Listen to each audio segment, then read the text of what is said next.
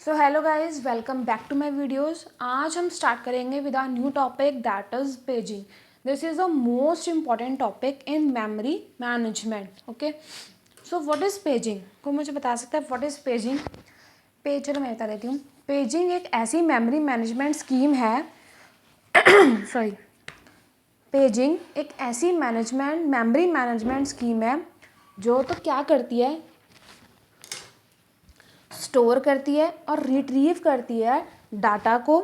ठीक है, एक डिवाइस के सेकेंडरी स्टोरेज से प्राइमरी स्टोरेज में, किसी एक डिवाइस के सेकेंडरी स्टोरेज से प्राइमरी स्टोरेज में डाटा या तो स्टोर करती है या तो फिर बाहर निकालती है, मीन्स रिट्रीव कर देती है। ठीक है, पेजिंग ये करती है। ठीक है, पेजिंग एक ऐसा पेजिंग का जो मेन आइडिया है वो यही है, या बेसिक पेज हम बोल सकते, या तो हम बोल सकते हैं कि पेजिंग का एक मेन आइडिया, या फिर कह सकते हैं कि पेजिंग का मेन पर्पस यही है कि वो हर एक पेज को क्या करे, हर एक प्रोसेस को अलग अलग पेजेस में बांट दे। ठीक है, paging's main purpose is to separate each process into pages. ठीक है, वो भी कह रहा है कि पेजिंग का मेन पर्पस यही है, मेन आइडिया यही है कि वो हर एक प्रोसेस को सेपरेट कर दे पेजेस में। ठीक है, इट डज दिस बाय, अब वो ये काम कैसे कर सकता है, हर एक प्रोसेस को पेजेस में कैसे कर सकता है, पेजिंग है जो वो हर एक प्रोसेस को पेजेस में कैसे सेपरेट कर सकती है। वो ऐसे सेपरेट कर सकती है, हमारे पास 3 मेथड्स हैं हर एक प्रोसेस को पेजेस में सेपरेट करने के। First one is dividing each process into pages of equal size. Divide कर दो हर एक प्रोसेस को इक्वल साइज के पेजेस में, हर एक प्रोसेस को इक्वल साइज के पेजेस में डिवाइड करना है। ठीक है, second one is dividing the main memory into frames of fix size. Divide करना है मेन मेमोरी को फिक्स साइज के फ्रेम्स में। ठीक है, फर्स्टली क्या करना था, हमें इक्वल साइज के पेजेस में हर एक प्रोसेस को डिवाइड करना था। सेकंड हमें क्या करना है, फिक्स साइज के फ्रेम्स में हर एक मेन मेमोरी को हर एक फिक्स साइज के फ्रेम्स में डिवाइड करना है। The third one is dividing the logical memory या फिर secondary memory into blocks of the same size. या फिर वो कह रहा है थर्ड पार्ट में क्या कह रहा है वो, कि डिवाइड कर दो लॉजिकल सेकेंडरी मेमोरी को हम लॉजिकल मेमोरी भी बोल देते हैं। ठीक है, या तो वो कह रहा है कि डिवाइड कर दो सेकेंडरी मेमोरी या फिर लॉजिकल मेमोरी को सेम साइज के ब्लॉक्स में, जिसको हम पेजेस ही बोलते हैं। क्या बोलते हैं उनको, हम पेजेस ही बोलते हैं। ठीक है, important paging is important to the implementation of virtual memory. Paging important है किसके लिए, वर्चुअल मेमोरी के लिए। ठीक है, ये एक ऐसा मेथड है जिससे हम डाटा आसानी से असेस कर पाते हैं। ठीक है, पेजिंग एक ऐसा मेथड है जिससे हम डाटा मोर क्विकली गेन कर पाते हैं, असेस कर पाते हैं। ठीक है, different operating system defines different frame sizes. अलग अलग ऑपरेटिंग सिस्टम्स होंगे जो वो अलग अलग फ्रेम साइजेस डिफाइन करेंगे। ठीक है, जितने ज़्यादा ऑपरेटिंग सिस्टम्स होंगे उतने ज़्यादा फ्रेम साइजेस वो डिफाइन करेंगे। ठीक है, क्योंकि जो साइज होता है हर एक फ्रेम का वो इक्वल होता है।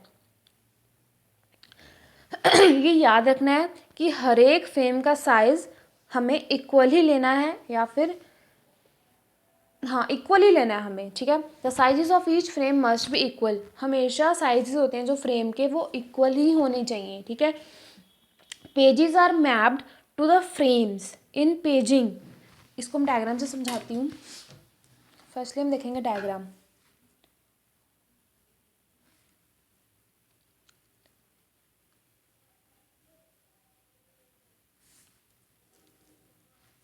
ये बन गई हमारे पास हमारी डायग्राम। ये है हमारा ऑपरेटिंग सिस्टम। क्या है ये हमारा ऑपरेटिंग सिस्टम। ठीक है, दैट वन फ्रेम 1 2 3 4 5 6 7 8 9 हमारे पास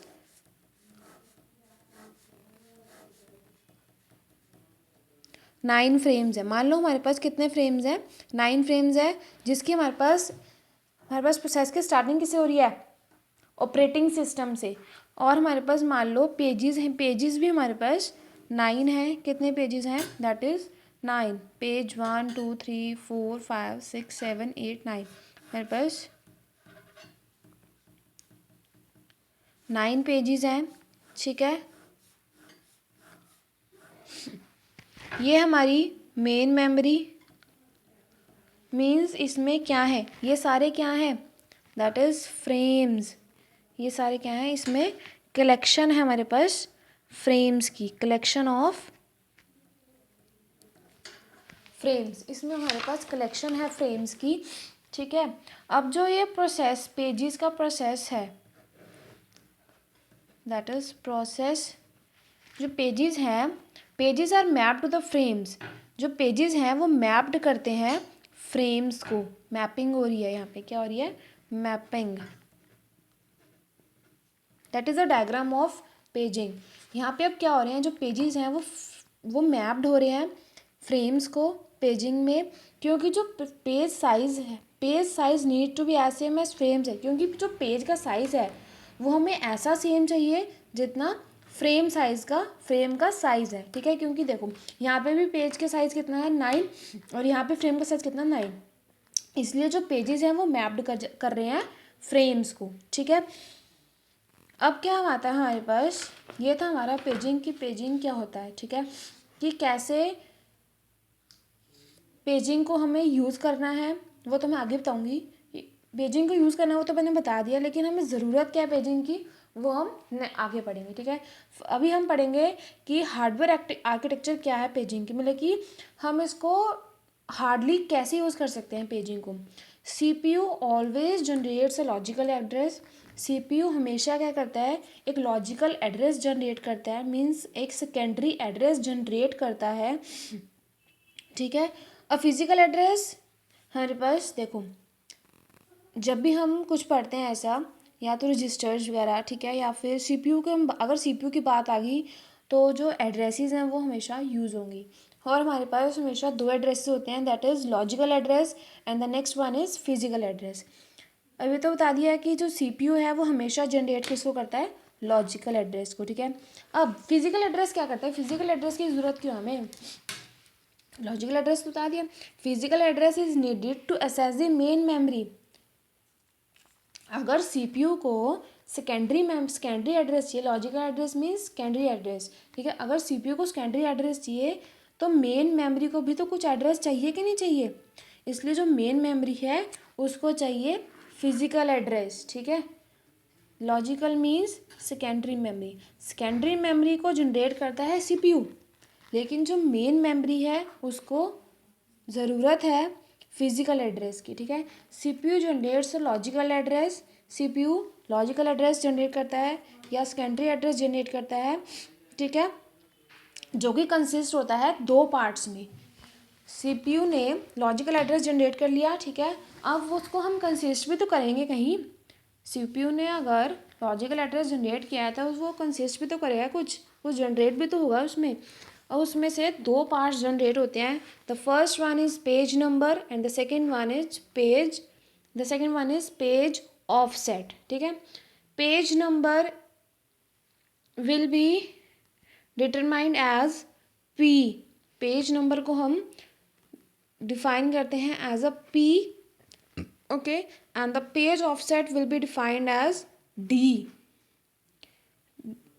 पेज ऑफसेट को हम नेम देते हैं D का। ठीक है, so page number specifies the specific page of the process from which CPU wants to read the data.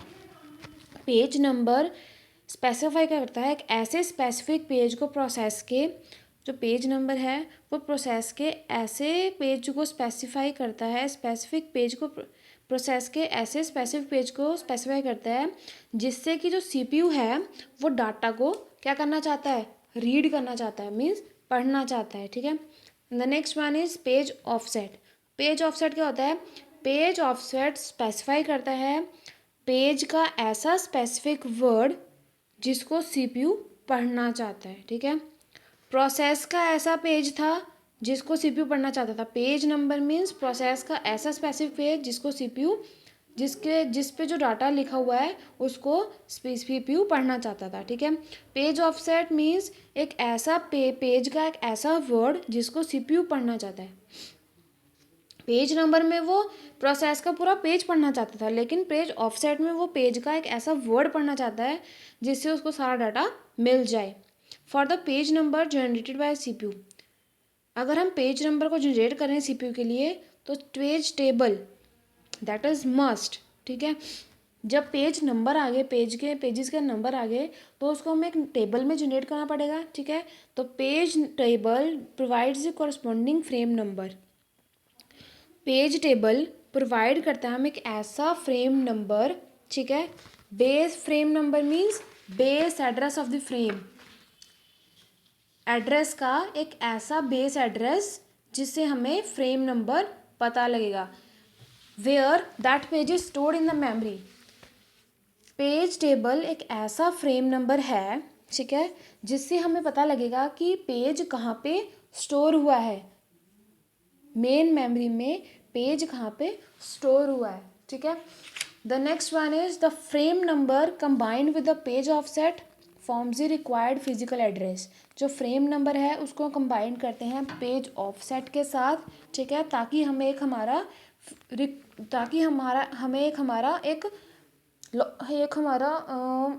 कह सकते हैं उसको रिक्वायर्ड फिजिकल एड्रेस, जिस एड्रेस की हमें ज़रूरत है वो एड्रेस हमें मिल सके, ठीक है। इसलिए हम फ्रेम नंबर को कंबाइन करते हैं पेज ऑफसेट के साथ, ठीक है।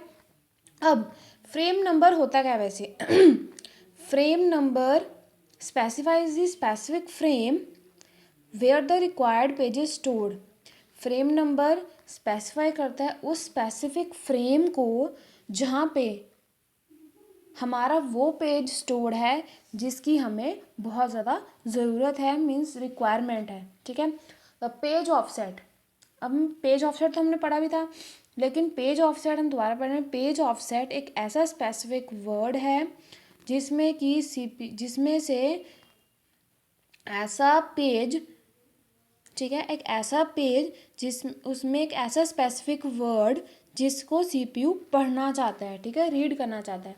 अब एक डायग्राम से बताते हैं, एक हार्डवेयर आर्किटेक्चर बनाते हैं। जो चीज़ें हमने पढ़ी हैं सबका एक हार्डवेयर आर्किटेक्चर बनाती हूँ। That comes CPU. अब आता है हमारे पास CPU,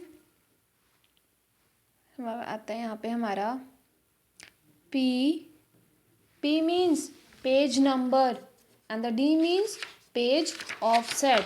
Okay, P means page number and the D means page offset. CPU generate कर रहा है पेज नंबर को और पेज ऑफसेट को, ठीक है। अब हम यहाँ आते हैं,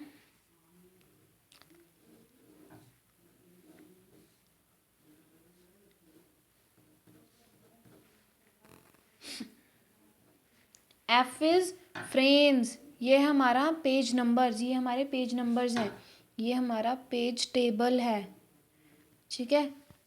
क्या है हमारा पेज टेबल, जहाँ पे हम देख रहे हैं कि हमारा मेन मेमोरी में हमारा पेज कहाँ स्टोर है, ठीक है, हमारा फ्रेम नंबर कहाँ है,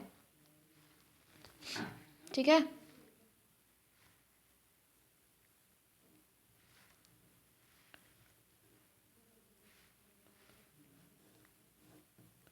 that is frames and page offset.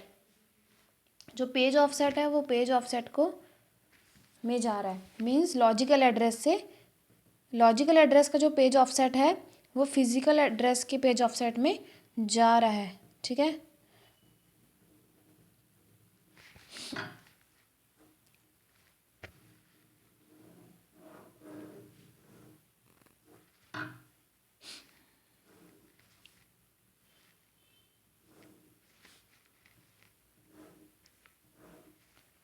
ये हमारी फिजिकल मेमोरी, कौन सी memory, physical memory, that is CPU और सेकेंडरी मेमोरी,